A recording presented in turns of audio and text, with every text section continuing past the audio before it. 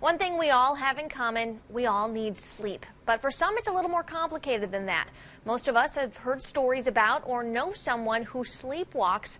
But why does it happen? How far can it go? In our special report, Up, Not Awake, photojournalist Zach Rasmussen and I look for some answers behind this midnight mystery. I've been a sleepwalker as long as I can remember. According to my mother, my sleepwalking started when I was very young.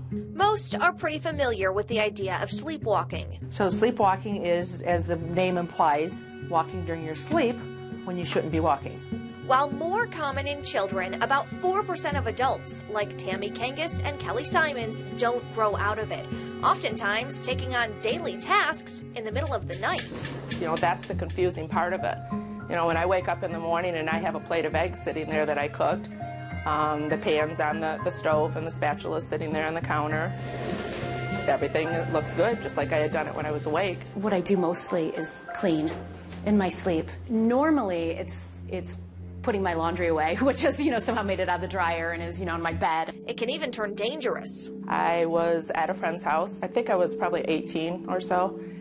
And so I was at an unfamiliar place and got up in the middle of the night and crashed and actually broke my nose, had to go to the hospital. The weird thing was, of course, that I'm laying on the floor in a puddle of blood and everything.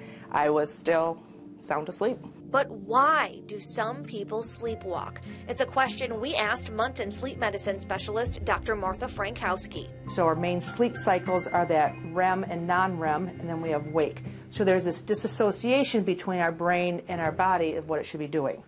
So even though we should be asleep and not get up and walking around, sleepwalkers are awake enough to get up and do activity, but not aware. So the connections that should be shut off aren't shut off. The ones that should be on aren't necessarily on.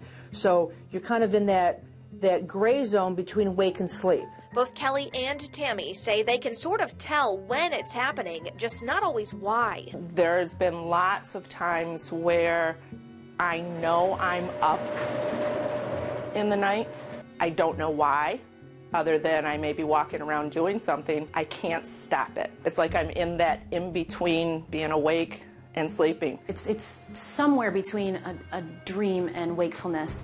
It's like I remember very clearly what I'm doing. It just makes sense to me because that's what's happening in my dream. According to Dr. Frankowski, sleepwalking doesn't always require treatment, but there are times when you should seek help. When it's getting disruptive, when it's very frequent, those are the things that make us say, hey, we need to bring this patient into the sleep center and watch them at night.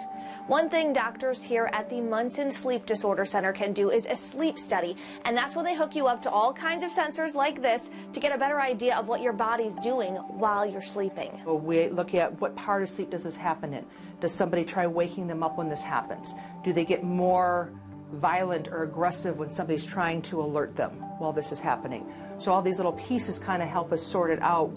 While treatment is right for some, others just learn to live with this nocturnal quirk. It's funny, no, it doesn't worry me for some reason.